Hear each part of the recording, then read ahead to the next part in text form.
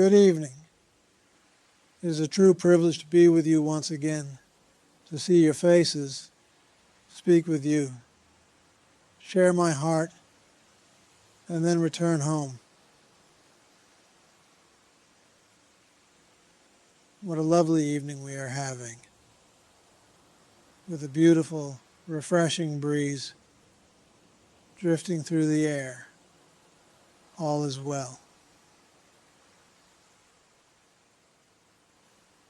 Everything is precisely where it needs to be.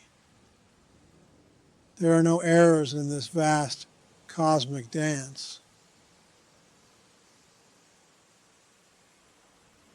Each of you remains a divine spiritual being, whether you choose to believe it or not. Many of you are exerting effort to try to stop or control your thoughts. Yet this is a waste of time. You can't do this. Trying to control our mind and stop our thoughts, as Ramana Maharshi taught us, is like a thief becoming a policeman to catch the thief. In other words, the thief that becomes the policeman will not catch the thief, because he himself is the thief. In the same way, using the mind to halt its own thought stream is futile. The mind's very nature is to keep moving and perpetuating its own existence. Trying to silence your thoughts is like aiming to annihilate the mind, and the mind instinctively resists this. By its very nature, it wants to fill your awareness with small concerns, notions, and superstitions, thereby ensuring its continued activity. What then should we do? The answer is, we do absolutely nothing. There is no special action you must take to rid yourself of thoughts. When you stay with your sadhana, meditation, yoga, or whatever, you might experience moments of temporary relief, a few moments of peace. But then the restless waves of thought crash back, more forcefully than before.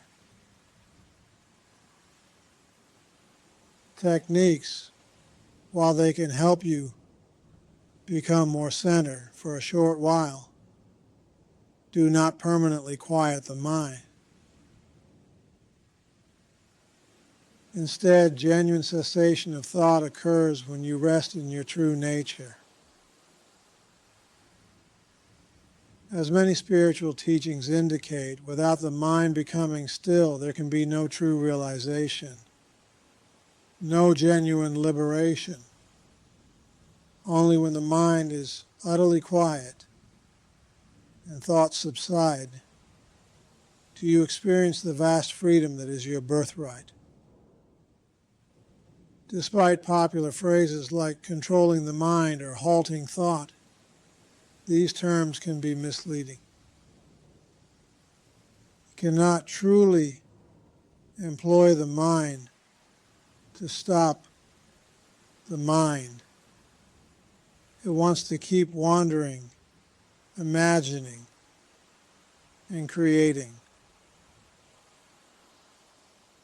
But the moment you simply let go of engaging with thoughts, an inherent peace, a limitless sense of joy, and a boundless bliss arise naturally. When the thinking mechanism dissolves, these qualities come forward, and you awaken to what has always been within you. You don't have to monitor, evaluate, or witness your thoughts in a way that invests additional mental energy.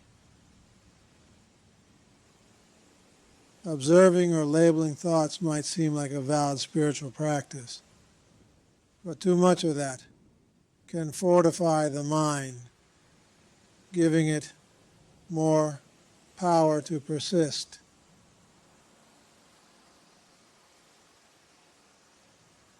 Many of you have spent years practicing different methods to curtail your thoughts, using all sorts of meditations or mental exercises.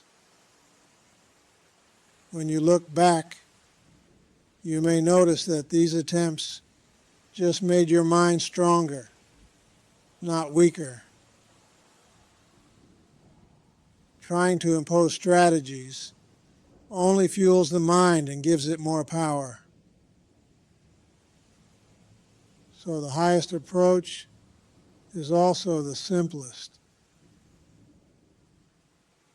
Do nothing at all to stop your thoughts. Just refrain from adding any mental fuel to the thinking process. As you remain quietly present, the mind begins to lose its hold over you. When you suspect you need to watch or track each thought, you are inadvertently strengthening the very movement you wish to dissolve. If you spend your time simply being, with no intention of messing with thoughts, their power over you dies. You might wonder, don't enlightened beings completely eradicate their thoughts? From the outside, it may appear that realized sages have no thoughts at all. Yet as long as there is a physical form, some vestige of thought activity remains. But the crucial point is that the sage's thoughts lack any real force. I might muse, when I get home I'll enjoy some ice cream. That is certainly a thought. However, for a liberated being, the thought is comparable to a rope that was burnt. It might retain an outline, but it turns to ash when you touch it. Only your thinking gave it energy, power. There is no residual energy feeding the thoughts. A sage's thinking is like an electric fan unplugged from the socket. The blades continue spinning for a moment, but the electric current has been withdrawn. There's no power after a while. Similarly, when one dwells in that liberated state, all mental activity is devoid of its original potency. Hence, we can say that for a sage, although thoughts might arise, they are effectively powerless. That is why it is often described that a sage has no real thoughts. They are more like faint echoes than living forces, allowing the realized one to abide naturally in absolute reality and pure awareness. In that space, one resides in Sat Chit Ananda, being, consciousness, bliss.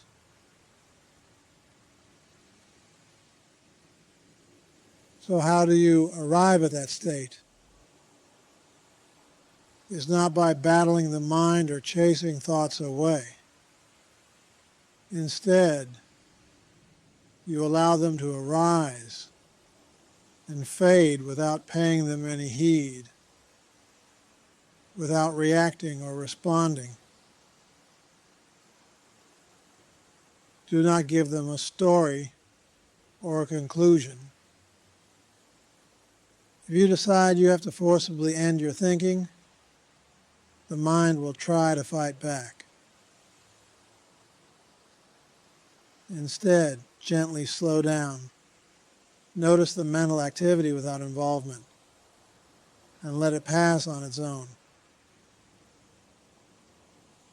This may feel unfamiliar at first, but consider the moment right after you wake up, when you're still in a groggy state. Your initial thoughts are weak, hardly grabbing your attention. That is the natural condition you want to encourage. A simple, easy neglect of the mental chatter. You do not have to declare, "I am ignoring my thoughts." In fact, the less you articulate about ignoring them, the better. Simply remain neutral, and your mind will gradually settle on its own. You will soon discover something remarkable. As your mind slows, you experience a deep peace, an unshakable calm, and even unprovoked happiness, regardless of external problems or the chaos in the world. Economic hardships, natural calamities, or human conflicts. You find yourself unexpectedly serene. That tranquility emerges precisely because your mind has lost its tight grip, and you've ceased fueling it with struggle. It's also important to note that you're not the one actively slowing your thoughts by an act of will. You, as the ego-identified person, cannot accomplish this in any lasting way. Instead, it's the simple withdrawal of attention that allows the mind to come to rest. When you do not chase, reject, or rework your thoughts, they fizzle out on their own. Think of a friend who constantly seeks your attention. If you ignore them, they eventually drift away. You don't argue or push them away. You simply don't engage, and they lose interest. That's the approach to use with your thoughts. Another key insight is that thoughts, whether labeled good or bad, are ultimately imposters in the realm of your true being. There is no meaningful distinction between good and bad thoughts when it comes to self-realization. Both categories keep you in the realm of mental involvement. People often think, I should replace negative thoughts with positive ones. However, in the highest understanding, even so-called positive thoughts are still part of the mental play. The true freedom arises in leaving thoughts alone entirely. Many spiritual or meditative techniques, whether it's certain breathing exercises, mindfulness practices, or other structured methods, can give you short-term relief or focus. But typically, they do not finish off the root of thinking. Practitioners might feel more centered for a time, but they don't necessarily experience permanent liberation. The reason is that these methods often rely on the mind to transform the mind. The ego might get involved, subtly whispering, I am getting really good at this. I am becoming advanced. Yet that sense of self-importance is precisely the ego continuing to assert itself. Hence we return to the truly effortless method. Do nothing. That phrase, doing nothing, is vital because in the end reality itself is emptiness. All phenomena, including your thoughts, spring out of the same emptiness. Liberation or bondage, from the highest vantage point, do not exist as absolute truths. They are concepts overlaying what simply is. By doing nothing, you align with your own real nature, which is pure being. It may sound paradoxical. How can I do nothing in order to stop my thoughts? Yet it's precisely because trying to stop them uses the mind.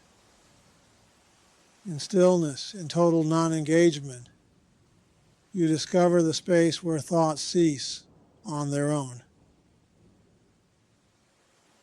And with that cessation, a wondrous happiness, a quiet but profound joy, and a gentle sense of peace embrace you.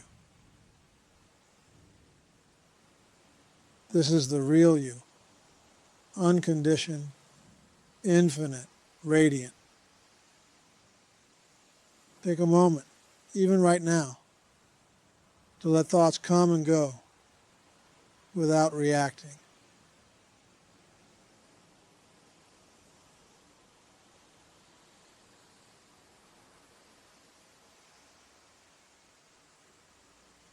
Thoughts might seem pressing or even intimidating, but observe how they dissolve when you refrain from adding your personal commentary. They have no actual source in consciousness. They arise from nowhere and vanish into nowhere.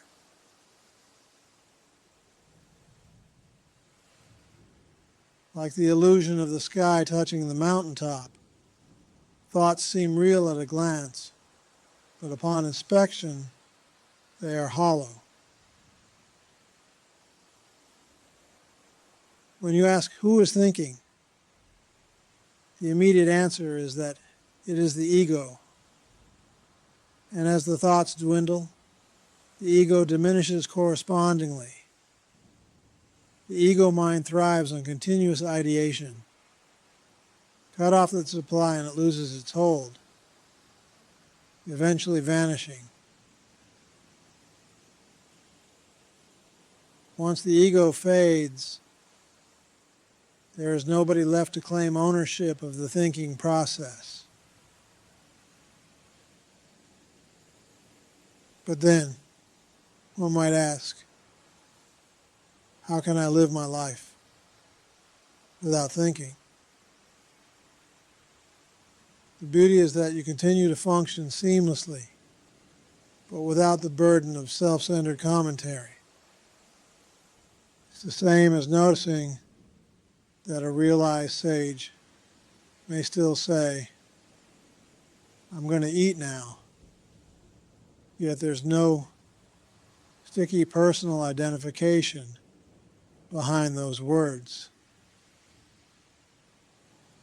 The thought arises more like a faint echo, lacking emotional charge.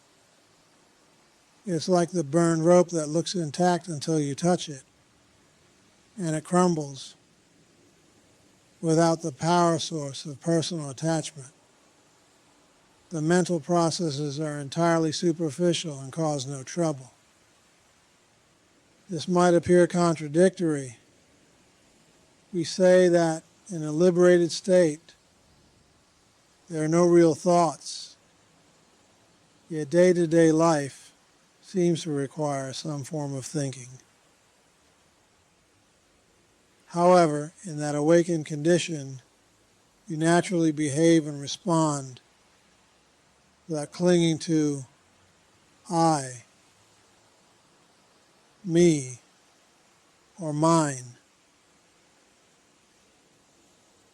It's a spontaneous existence, guided by the self rather than by the restless mind.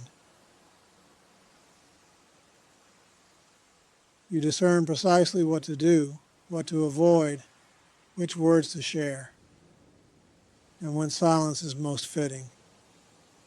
All of this unfolds with ease and clarity, as if a deeper intelligence is orchestrating events, which in truth it is.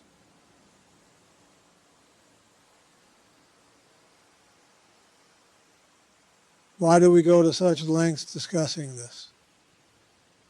Life moves so rapidly. We grow older, our bodies change. We see loved ones depart, and one day we too face what seems like death. Yet all of this transpires within the grand illusion of time. If we cling to the notion of ourselves as merely a body-mind, we inevitably believe in decline, aging, and dissolution. The world's problems appear overwhelming, threatening our sense of security. But when you awaken to your real essence, that which is never born and never dies, these changing forms lose their grim seriousness. You no longer identify with fleeting phenomena. You dwell in a reality that transcends cycles of creation and destruction. That is what you truly are, this timeless, formless awareness.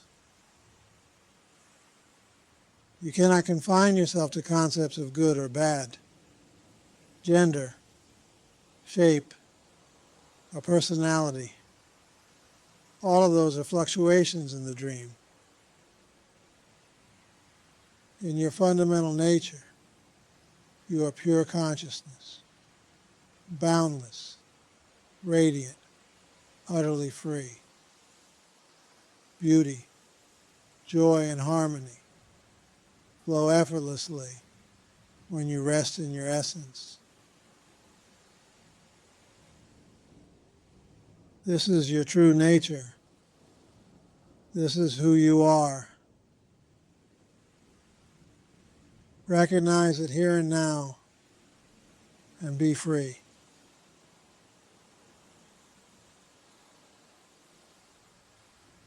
It all begins by letting your thoughts slip away of their own accord.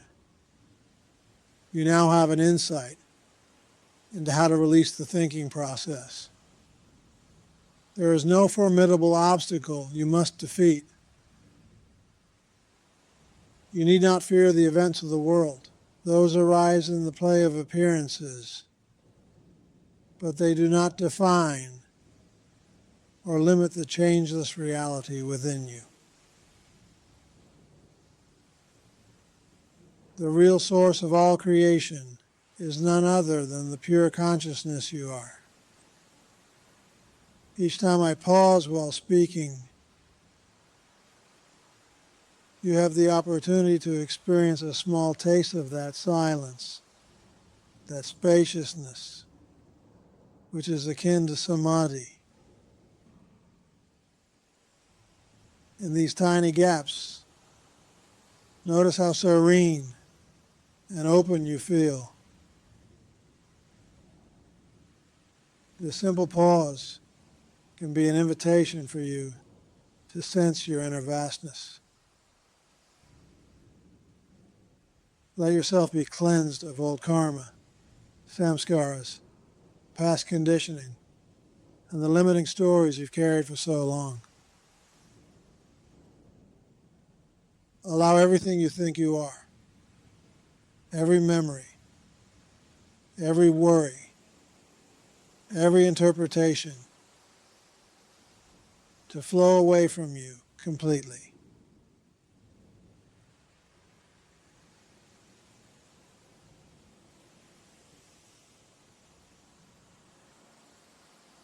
In this moment, right here, you are boundless and luminous. You are absolutely, completely free. Completely free. Completely and utterly free.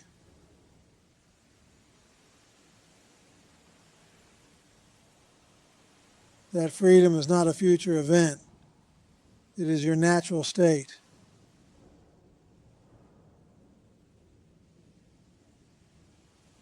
As you abide in this realization, you come to see that no matter what is happening on the surface, no matter how the world ebbs and flows, you remain the unchanging presence.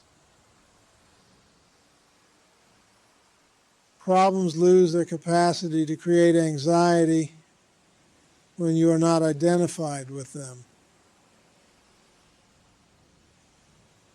To sustain this awareness, remember to do absolutely nothing about your thoughts. Permit them to drift in and out without interest. Then the ego dissolves and only the self remains, shining as pure conscious being. This is the essence of true peace and lasting happiness. By stepping away from the mental circus, you awaken from the dream of separation. You discover that all beings, all things, and all appearances arise within the vastness of consciousness.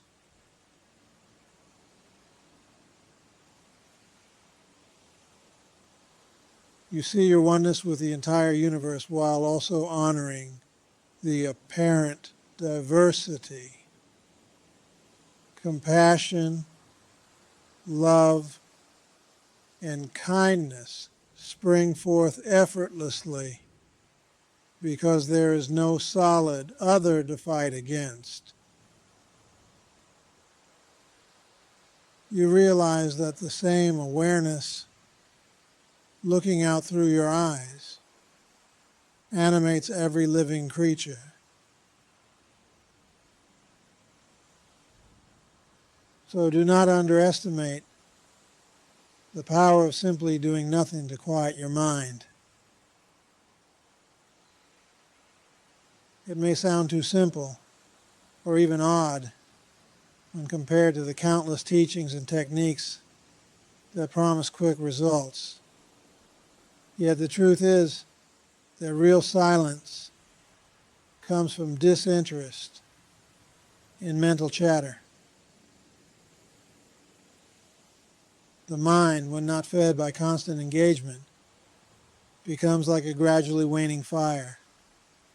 Eventually only cool embers remain, and those embers too will fade in due course.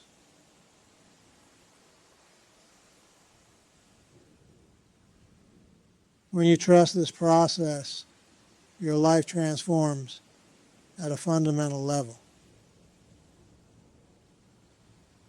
Peace becomes your constant companion. Even if challenges arise, you respond appropriately in each situation, but without the burden of anxious or fearful thoughts. You remain open, patient, and loving, for you have seen that everything unfolds as part of a mysterious harmony.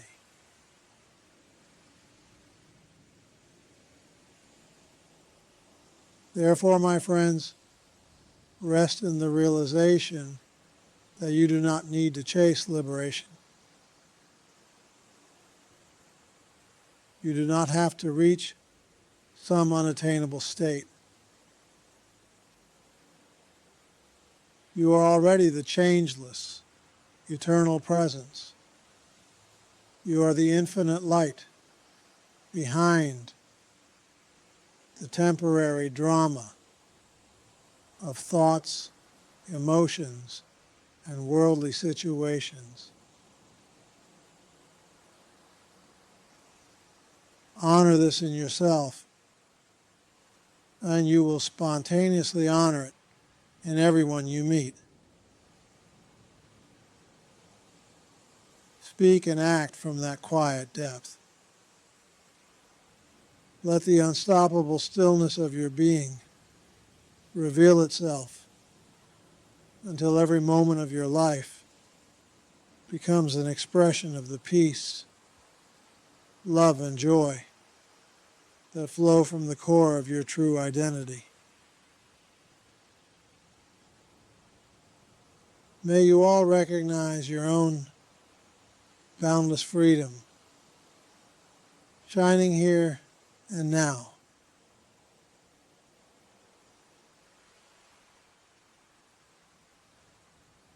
Om Shanti, Shanti,